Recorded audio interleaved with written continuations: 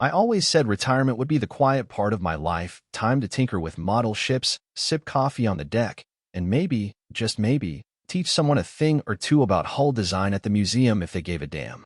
Dana made that easier, at first. She had a laugh that warmed the room like a brandy fire and a way of making my old bones feel less historic. Her kids, Nick and Lily, were rough around the edges, like their mother, but I'd been a stepfather before, once long ago, and I knew the drill. Show up, stay steady, don't try to replace their deadbeat dad. So I did what any self-respecting man with a conscience and a pension would do. I paid. Paid for the tuition, the off-campus apartment, the emergency dental work, the spring break that somehow counted as mental health support. I paid and smiled and said things like, it's what families do, even as I watched my retirement years turn into a spreadsheet of disappearing zeros. Dana told me I was saving their futures, that I was giving them stability, that I was loved. And I believed her, because what else is a man supposed to do when his hands aren't building ships anymore? He builds futures. Or so I thought. Then came the voicemail. It arrived like a bad tide, unexpected, oily, and reeking of something foul. I'd been setting up a backup contact number with my cell provider, and somehow, while verifying the account, a saved message played out on speakerphone. It started innocently enough, Dana's name, a familiar voice, and then, in 10 seconds, everything went sideways. You're a genius, babe, the man's voice cooed. He has no idea. Tuition, rent, the lake house prep, you've got him lined up like a damn trust fund donkey. There was laughter. Not hers. She was quiet. Just a hum, like she was smiling with her mouth closed. Then the clincher, soon as Nick's through with that degree, we walk. You and me. Like we planned. I remember the wind knocked over my mug right then, spilling coffee on my tax folders. It felt oddly poetic, spilled, scalding brown liquid soaking through all the years I'd spent preparing, saving, trusting. I didn't yell, didn't throw the phone. I sat back in my chair and watched the tide come in. See, I've always said if a man wants to navigate disaster, he doesn't shout into the storm. He trims the sails and waits.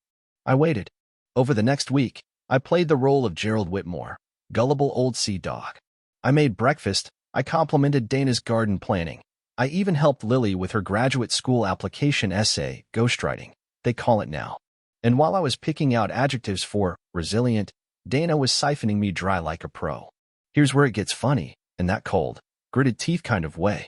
I wasn't angry that she was cheating. That happens. People get bored. Tempted. I've lived long enough to know lust is a weak fence against loneliness. No, what snapped something old and rooted inside me was the realization that her kids weren't just innocent bystanders. They were weapons. Trained, sharpened, and polished in the glow of their mother's ambition. Nick once asked me for $3,000 to attend a waterfront sustainability retreat. Turns out it was a Vegas weekend with his girlfriend. Lily told me her laptop was stolen. It was pawned by her. These weren't just small betrayals. They were drills through the hull. And Dana? She wasn't plugging the leaks. She was handing out the tools. That's when I decided. They were going to drown, but slow, and with mirrors. I'd make sure of it. There would be no yelling. No messy public breakdown. No fists through drywall. I would smile, attend fundraisers, shake hands with college administrators, and quietly pull the thread that held their safety net. I'd build a life for them on trust. Now I teach them what it feels like when trust becomes absence. And it all started with one little will mine. Amended. Strategically. Irreversibly. Do you know what the best part is? Dana still thinks she's ahead. As I sit here, her husband, the ATM with gray hair, she's in the next room texting her lover, probably fantasizing about that lake house getaway. She's laughing at the idiot in the rocking chair.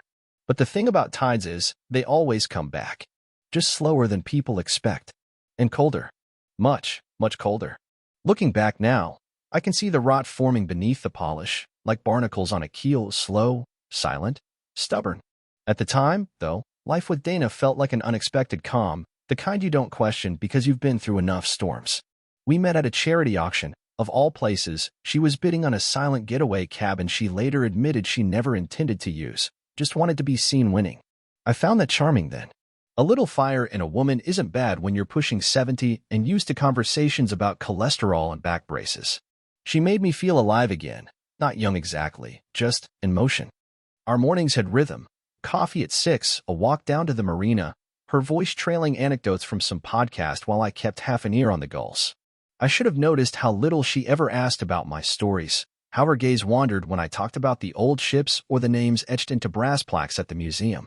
She listened the way you listen to a ticking clock, present, but waiting for it to end. But I mistook that for modern attention span. The kids came later, folding into our lives like guests who overstayed but smiled enough to make it hard to protest. Nick had his father's grin, smug, like he always knew where the emergency exits were. Lily was easier to like, softer, but slippery in that way smart people can be when they've learned the world will bail them out. I took them in because Dana framed it as rescue. They've never had structure, she said. You're the first man they've felt safe around. I wore that like a medal. But every so often, a line would slip, Lily calling me Gerald instead of Papa, Nick joking about my boat shoes being a sign of boomer delusion. Dana would laugh, half-heartedly scolding them, but never really correcting the tone. I wrote it off. Generational gap, I told myself.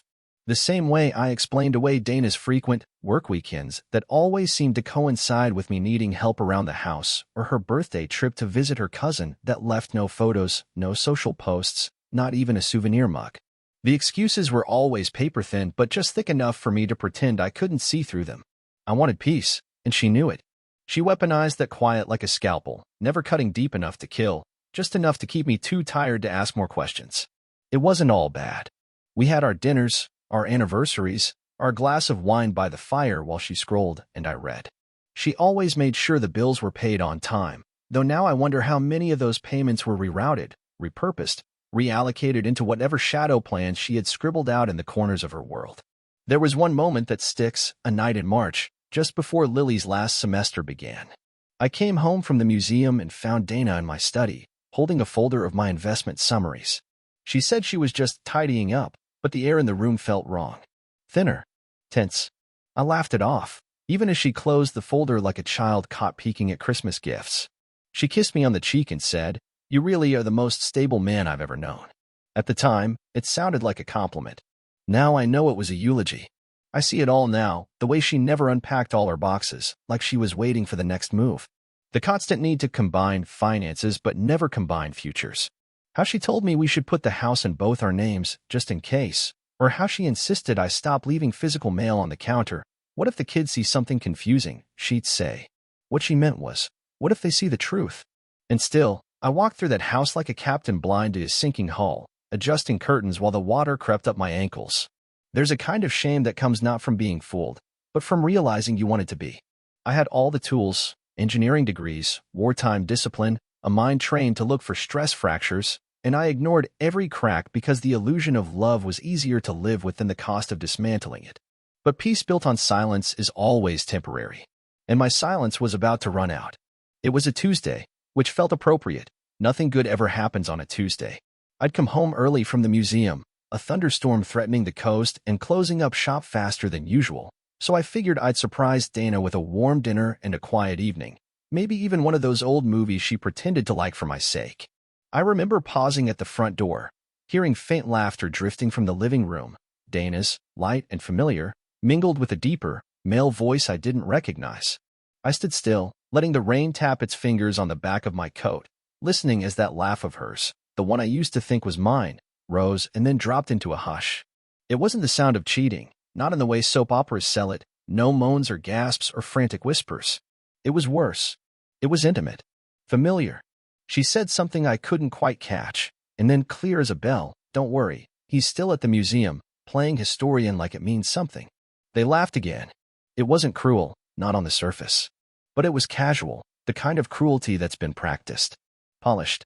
My name, spoken like a character in someone else's joke. I didn't barge in. I didn't demand an explanation. I waited. Gave them time to end whatever it was.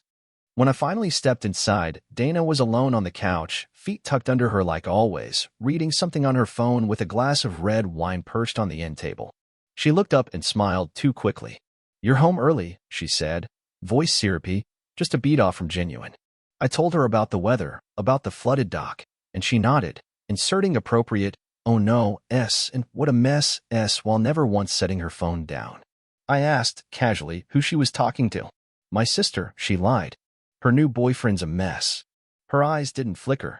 Her face didn't twitch. She was a better liar than I'd ever given her credit for, And that's what made my stomach sink, not the lie itself, but the ease of it. The absolute confidence. I'd been fooled by enemy submarines less sophisticated than the look she gave me. After dinner, while she washed dishes and hummed like the world hadn't tilted, I sat at the kitchen table and stared at the photograph we kept on the mantel, Dana, Nick, Lily, and me, standing on the pier, all smiles. I started to see it differently. Her body tilted toward the kids, not me. My arm around her waist, hers barely touching mine. Subtle things. The way you only see shadows after someone points them out. That night, I lay beside her in bed, listening to her breathing, wondering how many versions of her I'd never met. Had she ever loved me, even briefly? Or had I just been the man-shaped solution to a family-sized problem? Around 2 a.m., I got up and made tea. I opened the study window and let the storm's leftover chill bite at my skin. And I thought about war, not the ones I'd served in, but the one that begins when a man starts seeing ghosts in his own house. That was the first real crack. Not proof. Just a fracture in the story I told myself for too long. But once it's there, once you stop believing in the narrative, everything starts to bleed. Her phone never left her side after that day. Her conversations got shorter when I walked in. Nick and Lily became more secretive, more entitled, like they'd been given silent permission to dismiss me. And I realized, with a quiet, searing clarity, that I was no longer a part of the family. I was the funding mechanism, the audience, the old man who didn't need to know. But I knew enough. Not everything, not yet, but enough to recognize that what I'd built, what I'd sacrificed for, was being hollowed out from the inside. They weren't termites. They were architects building an exit, one lie at a time. And I was just now waking up in the middle of a construction zone, wondering when the foundation had disappeared.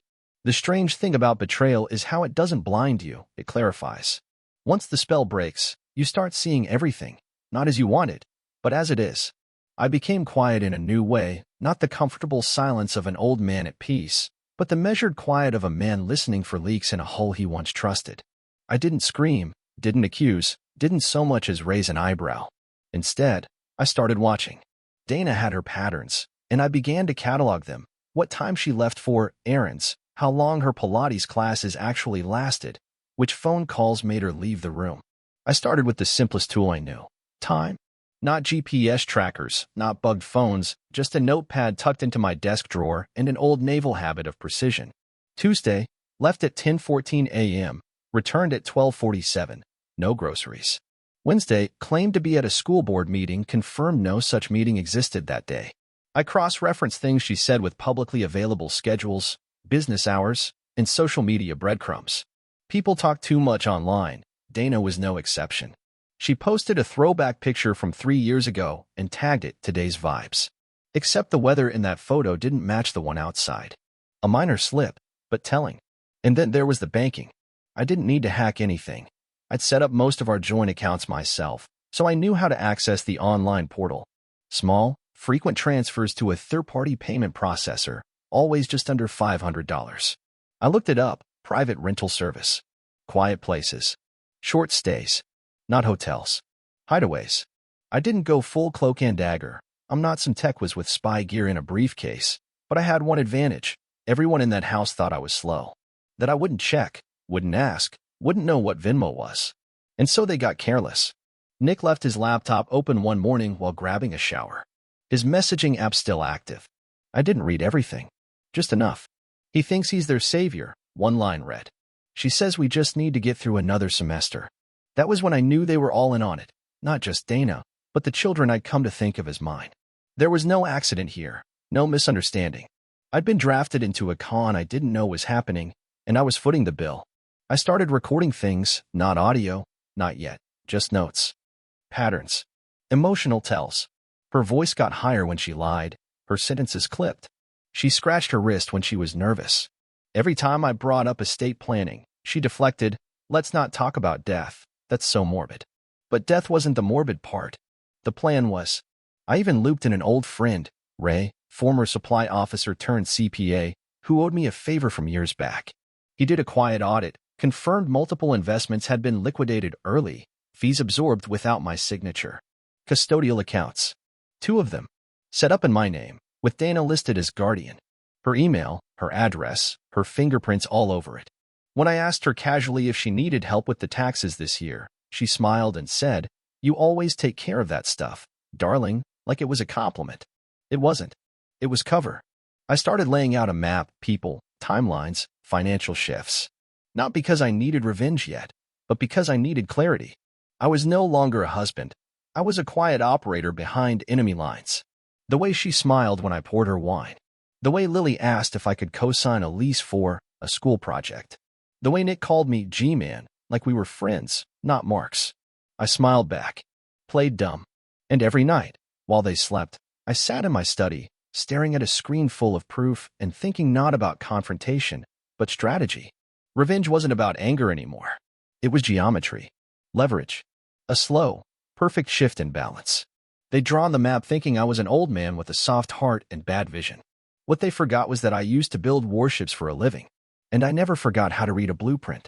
It came, like most things do when you stop looking for fireworks, in the form of something ordinary, a receipt. Not some grand reveal, no lipstick on the collar, no hotel keycard slipped from a purse. Just a folded piece of thermal paper crammed into the side pocket of Dana's gym bag, the one she always tossed by the laundry hamper but never let me touch. She was in the shower, humming some breathy pop tune I couldn't name, when I pulled the receipt free, more out of habit than suspicion, just another notch in the pattern, I thought. But this one was different. A brunch charge, 2 mimosas, 2 entrees, and his celebration cheesecake at a place she told me had closed 2 months ago. The date stamped clearly, last Friday, 11:12 a.m. I'd been at the DMV renewing her registration while she worked from home. And then the name, Kevin. Thank you for celebrating with us, scribbled at the bottom in blue ink, a server's cheerful send-off. My heart didn't race. No adrenaline. No trembling hands. Just a sensation like steel sliding into place. I set the receipt on my desk, flat, next to the folder of notes, accounts, and copied messages. It didn't scream betrayal. It whispered it, quiet, confident, undeniable. And in that silence, something old inside me broke, not in a loud, shattering way, but like ice giving way underfoot. A crack you feel before you hear. She came down 20 minutes later in leggings, and that faux carefree look she wore when she wanted to seem both youthful and in control, and she kissed me on the cheek, warm and rehearsed. You always make the coffee too hot, she said, sipping from my cup without asking. I watched her, the same way I once watched a leaking bulkhead during sea trials, tight-lipped, calculating, pretending not to notice the danger. She sat across from me and asked if I'd remembered to pick up Lily's package from the post office, like logistics still mattered, like any of this still lived in the realm of normal. I nodded, smiled, told her I'd also renewed her plates, and she leaned over and squeezed my hand like I was a dependable old retriever. I looked at that hand, manicured, expensive, unfamiliar, and realized I hadn't actually held it in weeks. Not really. We'd touched, sure, gone through the motions. But the connection was already dead, and now I had the paperwork to prove it. She prattled on about Lily's internship, about how Nick might transfer schools for networking reasons, which I now understood to mean proximity to the next wallet. I watched her speak, and for the first time in months, I wasn't listening, I was observing. Every blink, every shift in tone, every phrase that had once sounded like love now felt like inventory. She wasn't living with me. She was managing me, curating my reactions, testing fences like a fox in a henhouse. I stood slowly, told her I needed to finish something in the study. She waved me off, already back on her phone. I didn't ask who she was texting. I didn't need to. The facts were in order now. The data clean. The betrayal confirmed.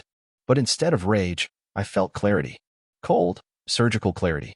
She thought the silence meant I didn't know, that my stillness was ignorance. What she didn't realize was that I'd crossed the Rubicon in my mind weeks ago, and this receipt was just the official declaration of war. The moment I went from recon to execution, I spent the rest of that day methodically updating files, locking down my accounts, rerouting assets, consulting with Ray to finalize the trust restructuring. No theatrics, just levers being pulled. Dana asked me that night if I wanted to watch something funny. I said I was tired. She nodded, kissed my forehead, and never noticed how far away my eyes were. She'd made the mistake of believing loyalty and inertia were the same thing. But the old man in the rocking chair wasn't asleep. He was reloading. And tomorrow, the tide would begin to turn. It started with her eyes, the way they lingered too long on me during breakfast, searching for something, maybe softness, maybe stupidity, but finding only stone. I buttered my toast like nothing had changed, But my silence was a different shape now, and she could feel it. By mid-morning, she hovered in doorways instead of walking through them, inventing errands, asking questions she never used to care about. Did you sleep okay? What are you working on? Should we go somewhere next weekend, just the two of us? Her voice wore a sugary tone, strained at the edges like a smile held too long. That afternoon she appeared in the study wearing the navy blouse I'd once told her made her look like the cover of a 1960s travel magazine. Elegant, distant, curated. She leaned against the doorframe and said, "I feel like we've been out of sync lately. I miss us." I glanced up from the estate documents spread across the desk, the ones I'd deliberately left open to the section she wouldn't understand. Legalese laced with finality. I didn't speak, just nodded, slowly, like a man politely observing a bird fly into a window, and pretend it hadn't. She stepped inside, touched my shoulder. "Gerald, are we okay?" Her voice cracked slightly, not enough to be real grief, but just enough to hint at strategy, an emotional fishing line. I gave her the same neutral smile I used to wear during awkward gala conversations. "Of course we are," I said, and her relief looked rehearsed. She circled behind me, arms snaking around my chest, lips brushing my neck. "You've been working too hard. You're always thinking about everyone else. What about you? What about us?" Her perfume was the same as always, but it smelled artificial now, like air freshener in a crime scene. She began kissing the back of my ear, slow and deliberate, and I realized this wasn't seduction. It was damage control. She thought intimacy would reset the clock, erase the tension. She didn't understand that her hands now felt like someone else's. I let her linger, let her breathe my name into my skin like it still held value. Then I gently pulled her hands away and stood. "Rain's coming," I said. "Might want to bring the cushions in from the patio." Her face faltered for a split second, just long enough for the real Dana to peer through. Then the mask returned. "You're right. Always thinking ahead," she said, voice brittle. Later that night, she brought out a bottle of wine we'd been saving for a special occasion and lit candles at the dinner table. "Just us tonight," she said, smiling too hard. She made a pasta dish she hadn't cooked in months, the one I liked before I stopped tasting anything she served. She watched me eat like a scientist studying a specimen. Then, slowly, she leaned forward and asked, "Are you happy, Gerald?" The kind of question that's not really a question, it's bait. I looked at her, candlelight dancing in her eyes, searching for some remnant of the woman I thought I'd married, and found only performance. I said, "Of course I am." With such stillness she flinched. That was the first real crack. A wince she couldn't explain. She reached for my hand and said, almost whispering, "If something's wrong, I want to fix it."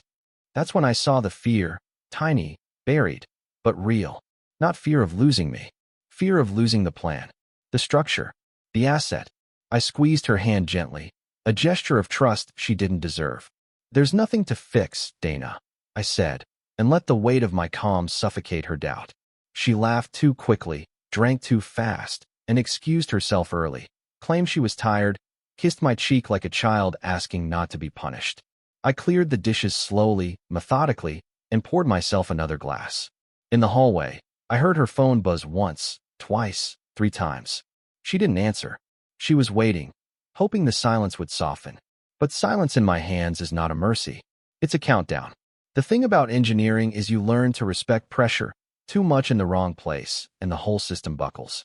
But properly applied, pressure doesn't just destroy. It guides, shapes. So I spent the next week doing what I'd always done best, building a structure that no one saw coming. The first step was the estate, rewriting my will in a way that looked almost benign to the untrained eye. The original draft left Dana a modest inheritance, with the bulk set aside for her children through educational trusts. I kept the shell, rewrote the guts. Now, everything flowed to a newly formed foundation in my name, one chartered specifically to fund scholarships for underprivileged students in maritime studies. The lawyers didn't ask many questions. I made a sizable initial deposit to show I was serious, signed the papers with steady hands, and locked the originals in my safe beneath a dusty flag from my naval days. Dana wouldn't find out until I was dead or until the gala. That was step 2. I'd been quietly organizing a fundraiser at the museum for months, originally at her suggestion.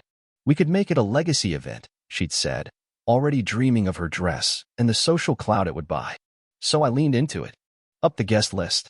Invited trustees, educators, former students. And I sent special invitations, anonymous, of course, to a few of Dana's favorite social circles, the ones that mattered to her more than I ever did. The announcement of the scholarship would be made that night, under the glow of chandeliers, with her children in attendance, expecting recognition. Instead, they'd find out they'd been cut out completely, legally, and irrevocably. Step 3 was the accounts. I couldn't just vanish money overnight, not without tipping her off. So I played long. Closed a few small investment holdings here, transferred others there. I moved just enough to restructure the portfolio without making noise, shifted the most liquid assets into instruments she couldn't touch, not without court orders, and by then, it would be far too late. I changed passwords, added two-factor authentication, rerouted access to a separate device. All of it cloaked in routine, estate updates, security best practices. Ray said we should tighten things up. She nodded through it all, not realizing I was cutting her air supply one line at a time. The children were next. Not directly. I didn't need drama, I needed distance. I began withdrawing affection the way you siphon fuel quietly, steadily. I stopped offering help, stopped answering their passive-aggressive texts, declined to co-sign anything, citing a new financial advisor's advice. Nick called me stingy. Lily said I was getting weird. I smiled both times and said, "You're probably right." They thought I was losing my edge.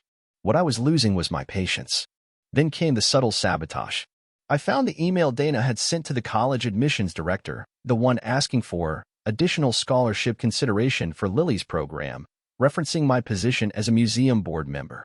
I forwarded it, anonymously, to the college ethics committee, adding a polite note about misuse of personal status.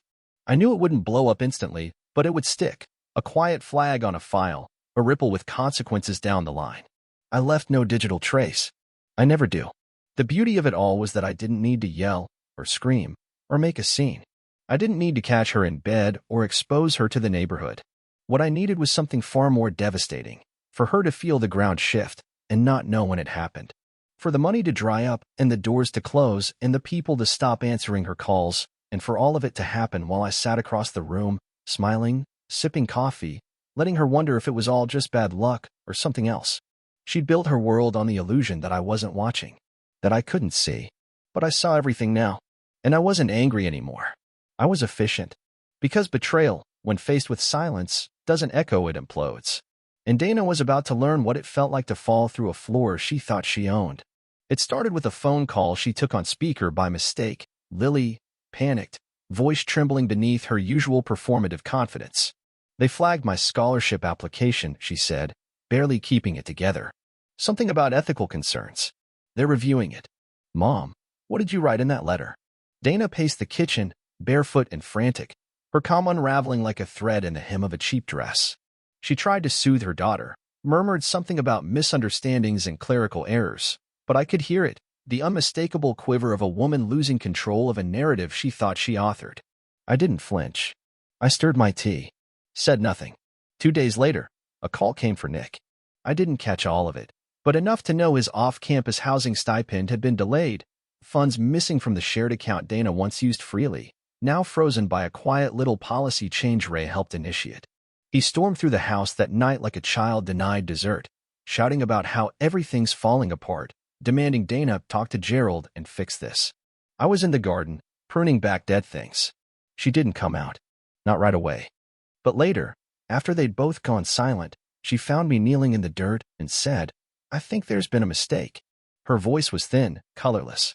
"The kids, something's gone wrong with their accounts." I looked up at her, shaded by the maple tree I planted when we moved in, and said, "Mistakes tend to multiply when built on lies." She blinked at me, a moment too long. Not anger. Confusion. Fear, yes, but deeper than that, a dawning recognition that she was no longer speaking to the same man. That evening, she tried to access our joint savings, only to discover the passwords had changed. She fumbled with the login twice before asking me directly. I handed her a slip of paper that led to a newly created view-only account. She stared at the balance, smaller, segmented, legally protected. "What is this?" she whispered. I shrugged. "Estate restructuring. Didn't we talk about that?" She didn't answer. Just stood there, wineglass in hand, like a guest at her own execution. The cracks widened quickly after that. A letter arrived from the foundation, my foundation, thanking me for the generous contribution and announcing the launch of the Whitmore Maritime Scholarship Fund. It was addressed to me, but I left it on the counter where she'd see it. The line that got her, I think, was this: in honor of a life dedicated to building futures, not just for family, but for those truly in need. She read it 3 times. Said nothing. The gala came a week later. She dressed to impress, tight gown, diamonds I'd once bought thinking they meant something. She expected celebration, maybe even a toast in her honor. What she got instead was applause for a scholarship she'd never heard of, an announcement that her children were not named among the beneficiaries, and a plaque mounted under my name alone. No Whitmore family crest. No shared legacy. Just me and the students I chose instead. Dana smiled faintly, mechanically, through the speech. But her hand shook when she clapped. Afterward, people asked about the kids. She stumbled through her answers, said they were taking time off, reassessing plans, possibly abroad. Lies, brittle and obvious. I stood beside her the whole time, perfectly polite, perfectly unreadable. That night, after the guests had left and the lights had dimmed, she stood in our bedroom doorway and asked, "Why are you doing this?" Her voice broke on the last word. I looked at her, took a long breath, and said, "I'm not doing anything. I'm simply correcting course." She didn't cry. Not then. That would come later, I suspect, when the gravity of the situation finally lands, when the lawyers stop returning her calls, when the kids realize she has nothing left to offer. For now, she just stood there, bare shoulders trembling, unable to comprehend how the floor vanished without a sound. I turned out the light. Said nothing else. Let the silence do what truth never could. You always thought I wasn't watching, didn't you? That I was just some harmless old man with too much routine and not enough sense. That I wouldn't notice the lies, the shifts in your voice, the way your touch became a transaction. I was supposed to be the easy mark, the loyal, aging fool who mistook gratitude for love. You wore kindness like a costume, Dana, stitched it together with flattery and feigned vulnerability. You draped it over contempt and smiled like it was real. And well, I let you. For a time. Because I wanted to believe you. I wanted to believe that maybe, after a lifetime of war zones and waterlines and quiet loneliness, I could finally rest beside someone who didn't see me as useful. But that's all I ever was to you. A utility. A funding mechanism. A narrative shortcut. You didn't marry me, you acquired me. And when you were done extracting value, when the final tuition bill was paid and the last lease co-signed, you planned to leave. Not quietly, no, that wouldn't have satisfied your ego. You wanted me to crumble, to cry, to rage, to beg you to stay, so you could leave feeling powerful. That's the part that stings the most, not the affair, not even the money. No, what cuts deepest is that you wanted my humiliation. You plotted it. Whispered about it to that man who thanked you for the pipeline. You thought you'd take everything and walk away untouched. But you forgot one thing. I've spent my entire life solving problems quietly. You married a man who builds systems, Dana. Systems that can endure pressure. Systems that don't scream when you break apart. They simply reroute. And that's what I did. While you played checkers, I built a maze around you and waited for you to run out of exits. You noticed the silence, didn't you? The change in temperature. You felt it, like a draft you can't find the source of. That's not paranoia, Dana. That's consequence. Those small mistakes you keep blaming, they weren't random. The scholarship review, Nick's frozen funds, Lily's program suspension, that wasn't bad luck. That was me. Not out of vengeance. Out of principle. Because you didn't just betray me. You trained your children to treat betrayal as currency. You called me stable. You told them I'd always provide. That I was predictable. Reliable. You built a little church of exploitation around my name and taught them to pray to it. And now they're learning that faith in false gods has a cost. You ask why I'm doing this, and the answer is simple. I'm restoring order. Not for spite, not even to punish, but to erase the false legacy you tried to write with my hands. When you stand in the ruins of the life you scripted, I want you to know that it didn't collapse because of some cruel twist of fate. It collapsed because I pulled the keystone. Quietly. Precisely. Without raising my voice. Look around you. The money's gone, redirected, reassigned, legally bound in causes you'll never touch. The children are adrift, suddenly forced to learn that actions have consequences, that trust isn't inherited, it's earned. And you? You're alone. Not because I turned cold, but because you mistook silence for absence. You told me once I was the most stable man you'd ever known. You said it to flatter me, but you were right. And what you failed to understand is that stability, when betrayed, doesn't explode. It endures. It tightens. It waits. And then it resets. Without you. So no, I won't scream. I won't call you names. I won't recount every lie, every stolen dollar, every time you looked through me like I was a lamppost instead of a man. I will only say this. I hope you enjoyed the performance. Because the curtain's down now, the lights are off, and the audience has gone home. This stage? It's mine again. She still lives in the house. That surprises people when I tell them, but eviction was never the goal. I don't need to see her dragged through court or tossed onto the curb clutching her handbags in denial. No, that's not the kind of man I am. Let her keep the shell. Let her wander through rooms that no longer belong to her. Pass by photographs she's been erased from. Open cabinets filled with plates she no longer hosts with. Sit at a table where no one visits. Let her listen to the echo of a family that was never truly hers, and try to remember when the silence started feeling like punishment.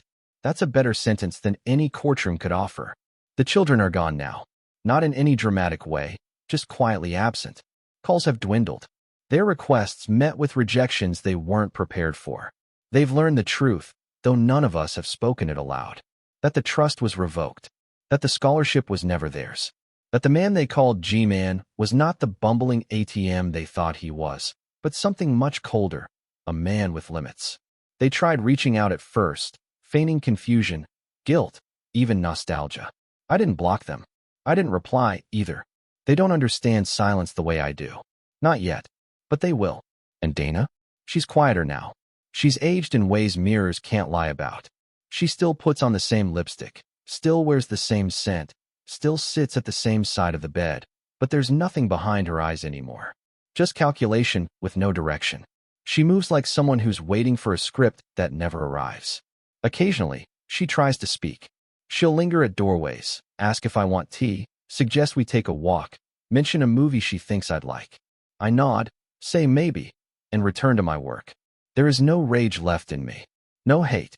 Only the steady beat of detachment, a rhythm I've come to savor. I don't need her pain.